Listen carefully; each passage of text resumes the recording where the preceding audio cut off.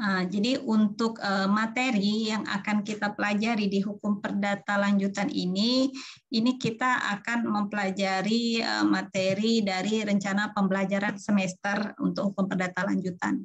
Karena ini dia semester 4, maka nanti kita melanjutkan pembelajaran hukum yang perdata 1. Di sini akan kita pelajari nih selama 1 semester ini capaian pembelajarannya, yaitu setelah mengikuti mata kuliah ini diharapkan kalian dapat menjelaskan berbagai aspek, karena akan ada 2 aspek yang akan kalian pelajari di sini. Yang pertama tentang hukum perikatan, terutama hukum perikatannya ya, dan hukum waris. Nah, itu harus benar-benar kalian kuasai di sini. Bentar, ini saya geser dulu.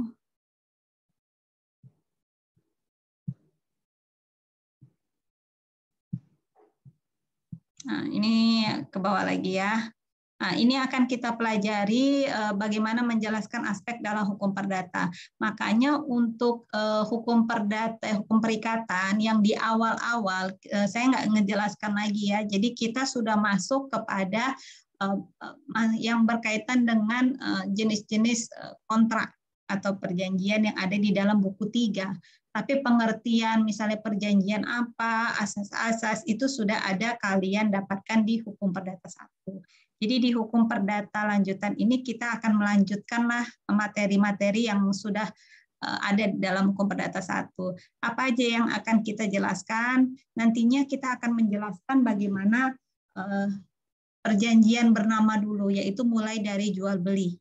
Jadi bagaimana pengertian jual beli, kemudian macam-macam jual beli itu apa, kemudian larangan dalam perjanjian jual beli, hak dan kewajiban terutama, karena jual beli ini kan terikat dengan hak dan kewajiban.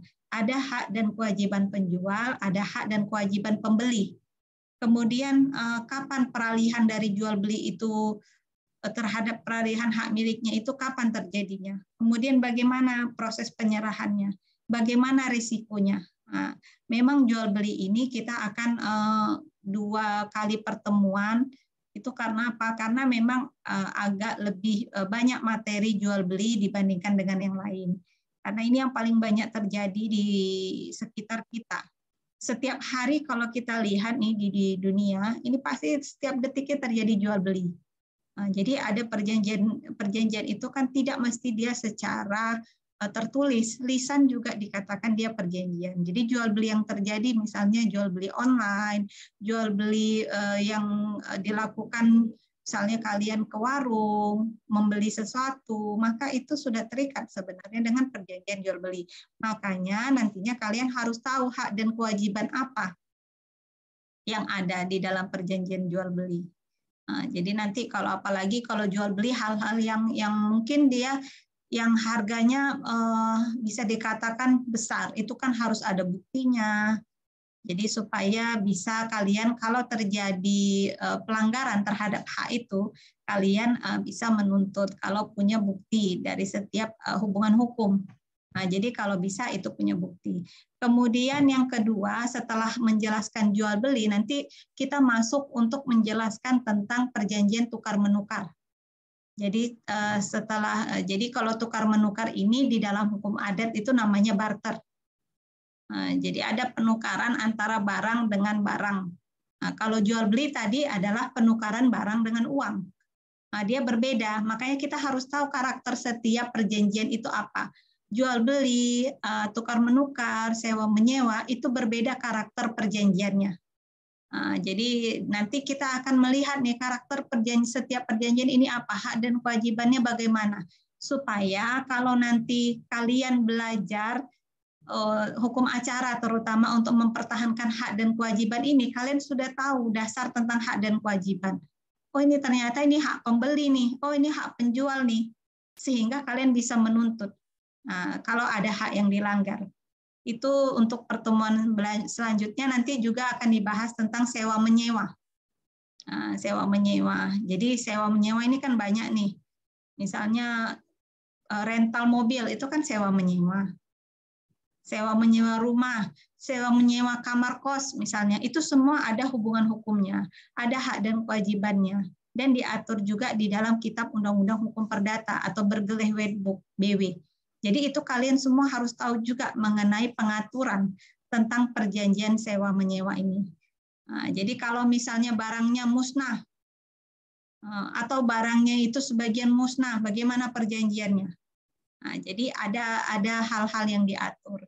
Jadi kalau tidak diatur di perjanjian, maka berlakulah ketentuan KUH Perdata. Makanya sifat hukum perjanjian ini bersifat unvolent reh.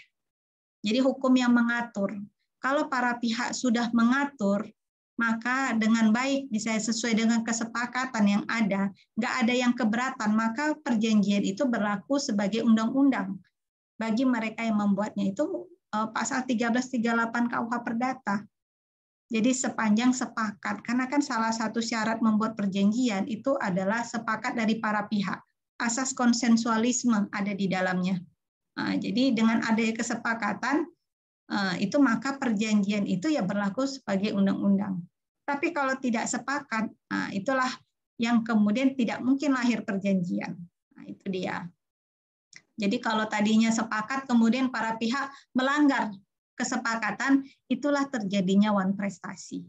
Nah, jadi pihak yang merasa haknya dilanggar dapat melakukan menuntut terhadap hak yang dilanggar itu.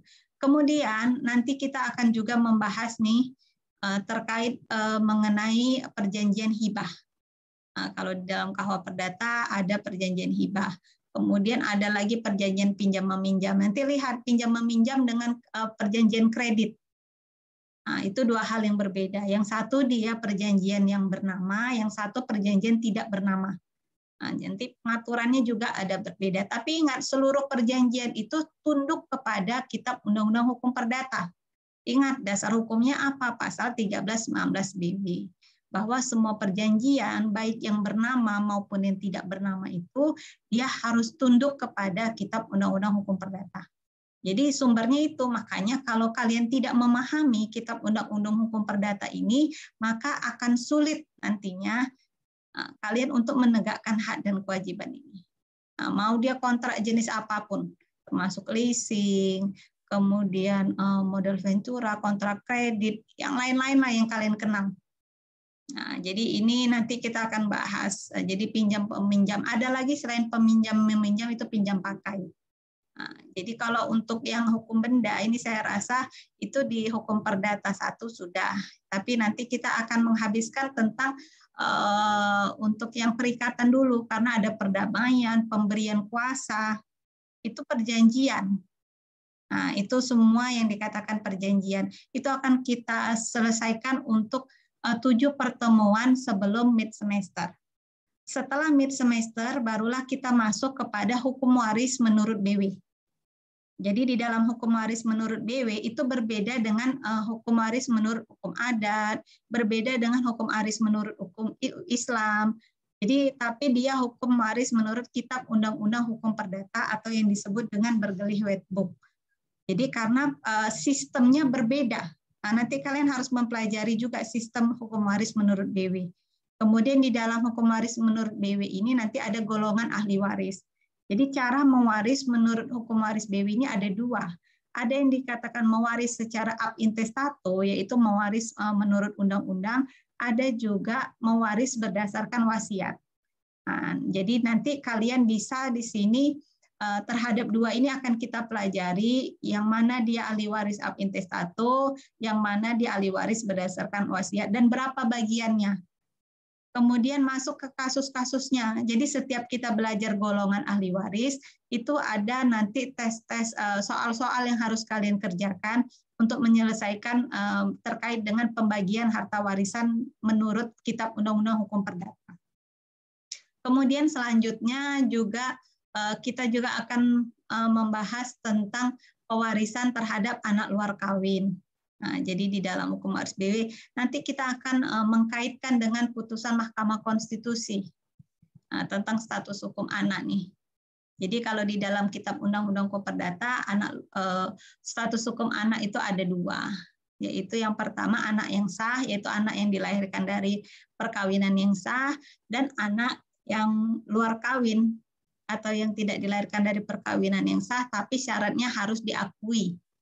Nah, nanti kita akan belajar itu. Kemudian nanti juga kita belajar tentang legitim porsi, yaitu bagian mutlak ahli waris. Jadi berapa nih bagian mutlak dari ahli waris?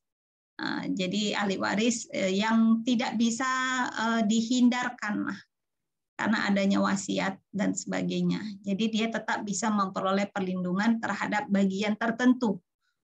Jadi kalau ada misalnya wasiat nih yang menyerahkan harta kepada pihak ketiga semua, ahli waris yang mempunyai legitim porsi tetap mempunyai hak menuntut bagian legitim porsinya. Nah, nanti setelah ini baru kita belajar tentang wasiat. Nah, jadi mewaris berdasarkan wasiat. Nah, bagaimana caranya? Jenis-jenis wasiat apa aja?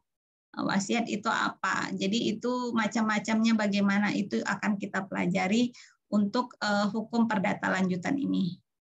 Nah, jadi untuk hukum perdata lanjutan itu dua hal itulah yang akan kita pelajari selama 1 semester ini. Nantinya soal-soal dan kasus-kasus yang terkait dengan aturan-aturan yang berkaitan dengan hukum waris ini akan juga kita pelajari. Ini untuk pembelajaran hukum perdata lanjutan.